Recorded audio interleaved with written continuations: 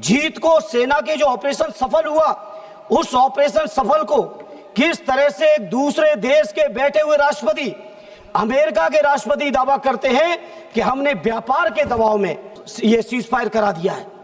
मैं समझता हूं ये हमारे देश के लिए पूरी शर्म की बात है। हमारे देश की अखंडता और संप्रभुता आज कहां खड़ी है कि लगातार एक बार नहीं, दो बार नहीं, तीन बार नहीं, अमेरिका के राष्ट्रपति ने 26 बार इस बात की घोषणा की है कि पाकिस्तान और भारत के बीच सीजफायर कराने वाले हम हैं। यह हमारे 140 करोड़ देशवासियों के लिए शर्म का विषय है। माननीय प्रधानमंत्री जी से लेके उनके मंत्री और उनके पार्टी के लोगों तक, उनके सरकार के किसी अधिकारी ने आज तक उनके अमेरिका के राष्ट्रपति को कंडम नहीं किया है। किसी को यह अधिकार नहीं है, हमारे देश का जो नागरिक नहीं है, हमारे देश के जो लोग नहीं है, चाहे वो अमेरिका हो या दुनिया का कोई भी देश हो, किसी को यह अधिकार नहीं है वो ये बात कहे कि भारत का समझौता हमने कराया है। चाहे नेहरू जी रहे हो, चाहे लोहिया जी रहे हो, चाहे उस समय के कांग्रेसी रहे हो, चाहे समाजवादी रहे हो, किसी ने कभी दूसरे देशों के सामने घुटने नहीं टेके हैं जो आपने टेकने का काम किया। समाजवादी लोग घबराने वाले नहीं है, पूरा देश आपके साथ है, क्यों नहीं जवाब दे रहे हो?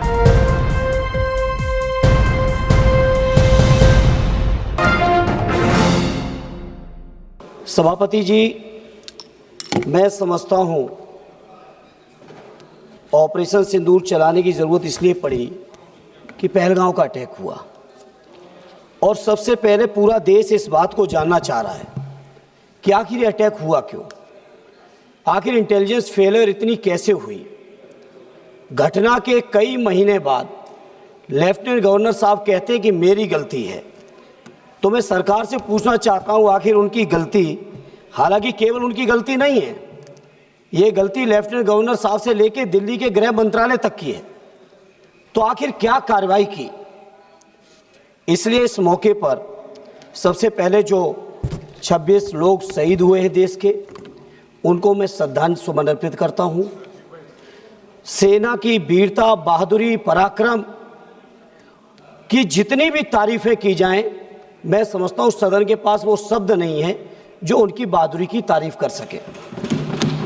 इसलिए क्योंकि श्रद्धेय नेताजी ने रक्षा मंत्री रहते हुए सेना के मनोबल को बढ़ाने के लिए जो काम और प्रयास किया था वो अविस्मरणीय है, कभी कोई भूल नहीं सकता, विशेषकर सैनिक लोग।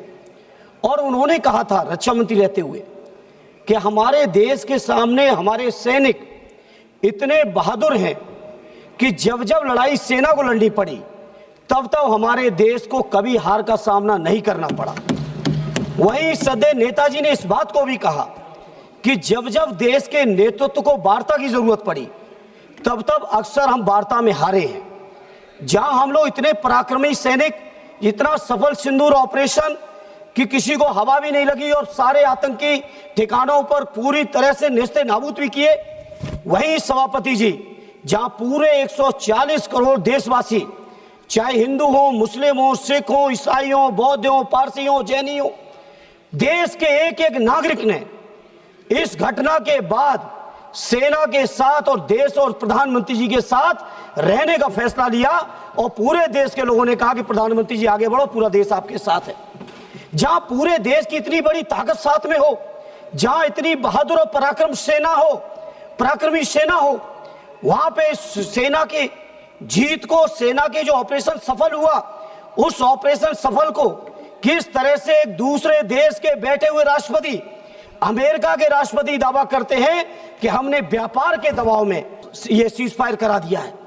मैं समझता हूं ये हमारे देश के लिए पूरी शर्म की बात है। हमारे प्रधानमंत्री जी घोषणा करते, कोई दिक्कत नहीं थी।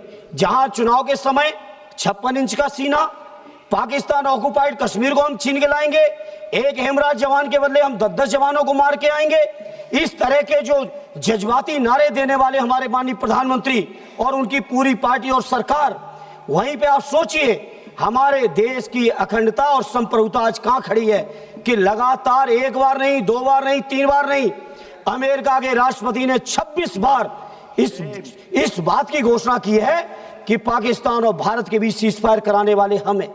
यह हमारे 140 करोड़ देशवासियों के लिए शर्म का विषय है और सरकार मौन है पूरी तरह से।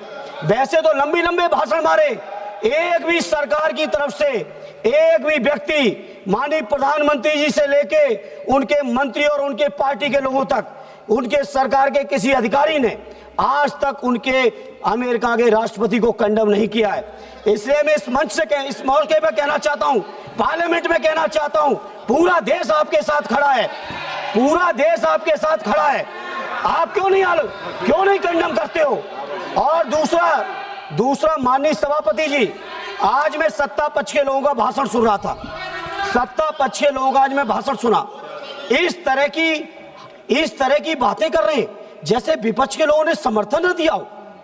पहलगांव की घटना के पहले दिन से पूरा का पूरा विपक्ष, हमारे नेता आदरणीय अखिलेश यादव जी, कांग्रेस पार्टी के लीडर अपोजिशन राहुल जी से लेके पूरा विपक्ष, और विपक्ष ही नहीं पूरे देश का जनमानस जब साथ खड़ा हो तो आज ऐसे भाषण दे रहे हो कि जैसे केवल सत्ता पक्ष के लोगों ने युद्ध जीत लिया हो। यह युद्ध भारत की देश की सेना ने जीता है। यह युद्ध हमारे 140 करोड़ लोगों की जो ताकत है उस ताकत ने जीता है। इसलिए सभापति जी, सदन में खड़े होकर कहना चाहता हूं, किसी को यह अधिकार नहीं है, हमारे देश का जो नागरिक नहीं है, हमारे देश के जो लोग नहीं है, चाहे वो अमेरिका हो या दुनिया का कोई भी देश हो, किसी को यह अधिकार नहीं है वो ये बात कहे कि भारत का समझौता हमने कराया है।